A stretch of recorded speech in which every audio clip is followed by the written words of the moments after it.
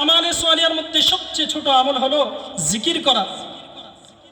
এই জিকিরের এত ফজিলত, আল্লাহ রাব্বুল আলামিন অসংখ্য আয়াতুল কারীমের মধ্যে, রাসূল করিম সাল্লাল্লাহু আলাইহি সাল্লাতু ওয়াস সালাম অসংখ্য আহাদিসের মধ্য থেকে এই অল্প জিকির যদি কেউ সামান্যভাবে করে, আল্লাহ রাব্বুল আলামিন তাকে অনেক বড় প্রতিদান দেন।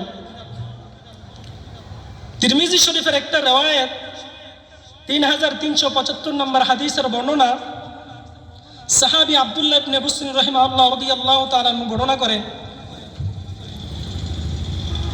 جاء عبد الله بن بصر رضي الله تعالى عنه إلى النبي صلى الله عليه وسلم।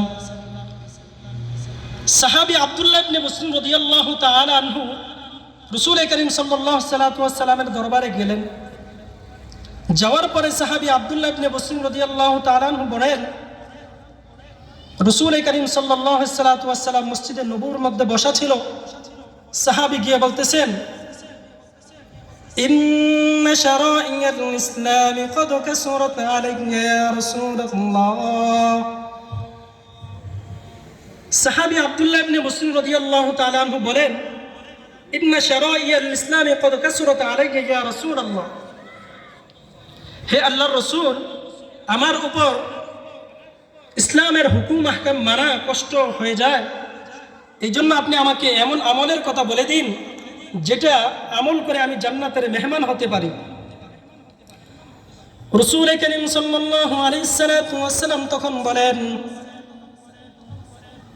লা তাজালু রাতবাকা মিন যিকরিল্লাহ।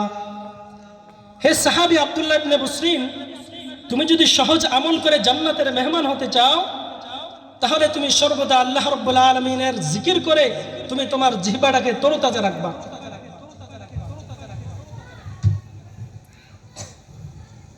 তিরমিজি শরীফের 3376 নম্বর হাদিসের বর্ণনা, সাহাবী আব্দুল্লাহ ইবনে আবি সাঈদ আল খুদরি রাদিয়াল্লাহু তাআলা আনহু, যিনি সাহাবায়ে কেরামদের মধ্য থেকে প্রসিদ্ধ একজন সাহাবী ছিলেন, বয়স্ক একজন সাহাবী ছিলেন, আবি সাঈদ আল খুদরি রাদিয়াল্লাহু তাআলা আনহু বলতেছেন, أن سئل النبي صلى الله عليه وسلم। সাহাবী আবি সাঈদ আল খুদরি রাদিয়াল্লাহু তাআলা আনহু বলেন, سئل النبي صلى الله عليه وسلم أي الأفضل أعمال عند الله يوم القيامة। রাসূল করিম সাল্লাল্লাহু আলাইহি ওয়াসাল্লামকে জিজ্ঞাসা করা হলো, আইয়ুল আ'মালি আফদালু ইনদাল্লাহি ইয়াওমাল কিয়ামা। হে রাসূল, কিয়ামতের ময়দানে সবচেয়ে গ্রহণযোগ্য আমল কোনটা হবে? আল্লাহর নবী সরকারে দু আলম নবী মুহাম্মদুর রাসূলুল্লাহ সাল্লাল্লাহু আলাইহি ওয়াসাল্লাম বলেন, الذاكرون الله والذاكرات। রাসূল আকরাম সাল্লাল্লাহু আলাইহি ওয়াসাল্লাম বলেন, কিয়ামতের ময়দানে সবচেয়ে গ্রহণযোগ্য আমল হবে যারা আল্লাহ রাব্বুল আলামিনের দুনিয়ার মধ্যে আল্লাহ তাআলার জিকির আজকার করেছে। الذاكرون الله والذاكرات।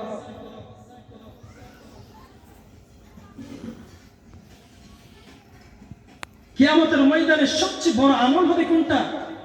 الذاكرون الله والذاكرات, যারা দুনিয়ার মধ্যে আল্লাহ তাআলার জিকির আজকার করেছেন, ওই আমলটাই সবচেয়ে বড় পথে হবে কাল কিয়ামতের ময়দানে। পরে হাদিসের মধ্যে তিরমিজি শরীফের riwayat 3377 নম্বর হাদিসের বর্ণনা, সাহাবী আবু দারদা রাদিয়াল্লাহু তাআলা আনহু বলেন, রাসূল আকরাম সাল্লাল্লাহু আলাইহি ওয়াসাল্লাম মসজিদে নববীর মধ্যে বসা ছিলেন। আল্লাহর নবী সাহাবায়ে কেরামদেরকে বলতেছেন, আলা উনাব্বিকুম বিখাইরি আ'মালিকুম ওয়া আযকাহা ইনদা মালিকুকুম। রাসূল আকরাম সাল্লাল্লাহু আলাইহি ওয়াসাল্লাম বলেন, আলা উনাব্বিকুম বিখাইরি আ'মালিকুম ওয়া আযকাহা ইনদা মালিকুকুম ওয়া আরফাকুম। রাসূল বলেন, আমি কি তোমাদেরকে এমন আমলের কথা বলে দিব না যেটা কাল কিয়ামতের ময়দানে সবচেয়ে উঁচু হবে, যে আমলের সবচেয়ে পাল্লা সবচেয়ে ভারী হবে। সাহাবায়ে কেরাম আরজ করলেন, ইয়া রাসূলুল্লাহ, ইয়া রাসূলুল্লাহ, বালা ইয়া রাসূলুল্লাহ, এমন আমলের কথা আমাদেরকে বলে দিন। আল্লাহর নবী সরকারে দু আলম নবী মুহাম্মদুর রাসূলুল্লাহ সাল্লাল্লাহু আলাইহি ওয়াসাল্লাম বলেন, الذاكرون الله والذاكرات। আল্লাহর নবী সরকারে দু আলম নবী মুহাম্মদুর রাসূলুল্লাহ সাল্লাল্লাহু আলাইহি ওয়াসাল্লাম বলেন, কিয়ামতের ময়দানে তোমাদের রবের নিকট সবচেয়ে বড় আমল হবে আল্লাহ রাব্বুল আলামিনের জিকির আজকার করা। সবচেয়ে বড় আমল হবে আল্লাহ তাআলার জিকির করা। সাহাবী আনাস রাদিয়াল্লাহু তাআলা আনহু এক হাদিসের মধ্যে বর্ণনা করেন, লা ইয়াদফাউ আযাবাল্লাহি ইল্লা বিযিকরিল্লাহ। সাহাবী আনাস রাদিয়াল্লাহু তাআলা আনহু বলেন, দুনিয়ার কোন জিনিস আল্লাহ রাব্বুল আলামিনের আমলকে, আল্লাহ রাব্বুল আলামিনের গজবকে ধ্বংস করতে পারে না। লা ইয়াদফাউ আযাবাল্লাহ, আল্লাহ রাব্বুল আলামিনের আযাবকে কোন জিনিস ধ্বংস করতে পারে না ইল্লা বিযিকরিল্লাহ, তবে এমন একটা আমল আছে যেটা আল্লাহ রাব্বুল আলামিনের গজবকে ধ্বংস করে দেয়। সেটা হলো বিযিকরিল্লাহ, সেটা হলো আল্লাহ রাব্বুল আলামিনের জিকির করা।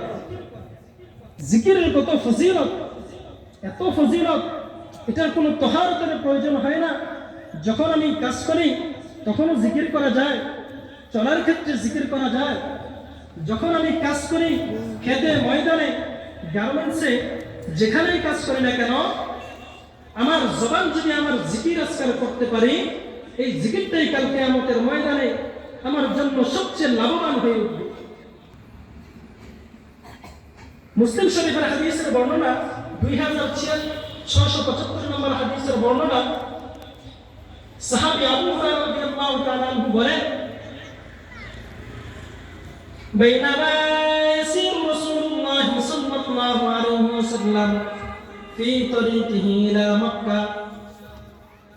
সাহাবী আবু হুরায়রা রাদিয়াল্লাহু তাআলা আনহু বলেন, বাইনামা ইয়াসিরু রাসূলুল্লাহ সাল্লাল্লাহু আলাইহি ওয়াসাল্লাম, আল্লাহর নবী একদিন চলতেছিলেন, ফি তরিকিহি মক্কা, মক্কার এক রাস্তার মধ্যে চলতেছিলেন।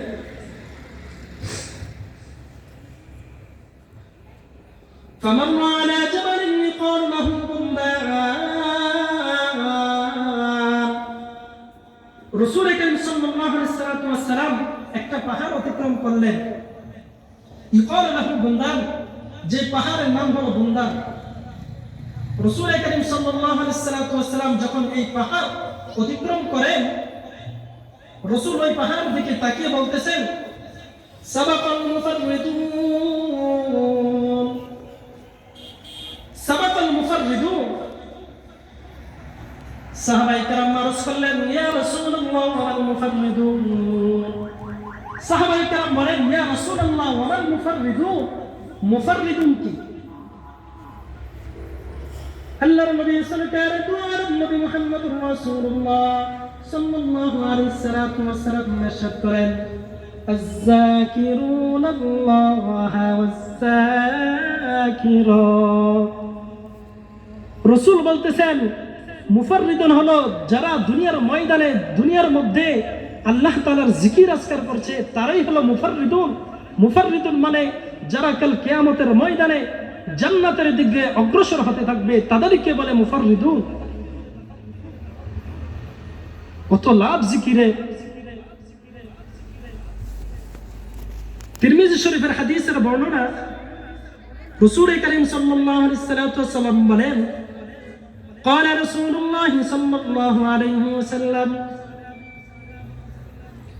لأن نقود مع قوم يجتمعون في بيت من بيوت الله ما من قوم يجتمعون في بيت من بيوت الله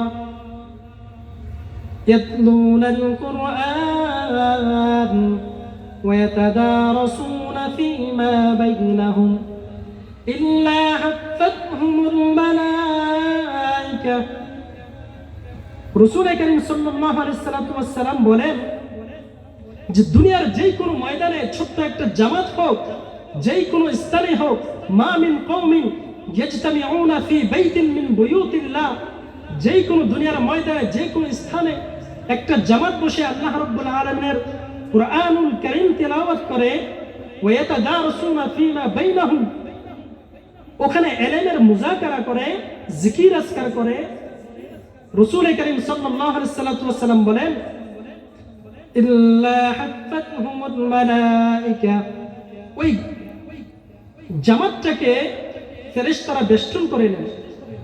ওয়া নাযালাত আলাইহিমুস সাকিনা, তাদের উপর সাকিনা নাযিল করতে থাকে। ওয়া গাশিয়াতহুমুর রাহমা, রহমতের মাধ্যমে আচ্ছন্ন করে রাখেন। শুধু তাই নয়, ফেরেশতাগণ ওয়া যাকারাল্লাহু ফী মান ইনদা, কিয়ামত আল্লাহ রাব্বুল আরশের নিকট গিয়ে সাহাবায়ে ফেরেশতাগণ আল্লাহর সাথে মুযাকারা করতে থাকে, এই জিকির নিয়ে যারা আলোচনা করে। তাহলে যে জায়গার মধ্যে জিকির করবেন ওই জায়গার জিকিরের কারণে শ্রেষ্ঠত্ব লাভ করে।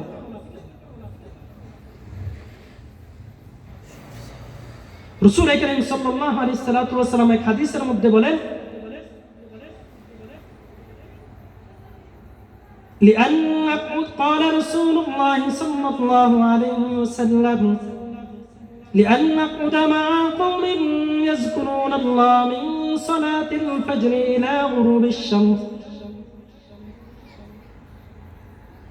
يذكرون الله من صلاة الفجر إلى طلوع الشمس রাসূল করিম সাল্লাল্লাহু আলাইহি ওয়াসাল্লাম বলেন আমার মন চায় এমন একটা জামাতের মধ্যে বসি যে জামাতটা ফজরের পর থেকে নিয়ে সূর্য উদয় হওয়ার আগ পর্যন্ত আল্লাহ তাআলার জিকির করতে থাকে। কই বসলে লাভ হবে কি?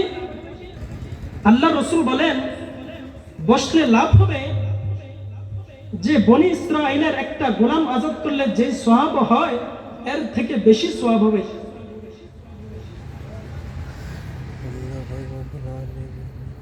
জিকিরের কত ফজিলত! বনি ইসমাইলের একটা মুহাদ্দিসিনে কেরাম বলেন বনি ইসমাইলের একটা গোলাম আজাদ করা বর্তমান সর্বোচ্চ না হলে 20 থেকে 30 কোটি টাকা হবে। রাসূল করিম সাল্লাল্লাহু আলাইহি ওয়াসাল্লাম বলেন আমার মন চায় এমন একটা জিকিরের মাহফিলের মধ্যে আমি বসি। ওই হাদিসের মধ্যে আছে শুধু তাই নয়, যারা আসর নামাজ থেকে মাগরিব পর্যন্ত আল্লাহ তাআলার জিকির আজকার করবে, আমার মন চায় ওই জিকিরের মাহফিলের মধ্যে আমি বসি এবং বনি ইসমাইলের একটা গোলাম আজাদ করার সমপরিমাণ সওয়াব আমি অর্জন করি জিকিরের মাহফিলের কারণে। তাহলে যে জায়গার মধ্যে জিকির হবে ওই জিকিরের ফজিলতের কারণে ওই জায়গার শ্রেষ্ঠত্ব বেড়ে যায়। জিকির করব কেন? আল্লাহ রাব্বুল আলামিন জিকির করার জন্য আমাদেরকে আদেশ করেছেন। আল্লাহ রাব্বুল আলামিন বলেন ইয়া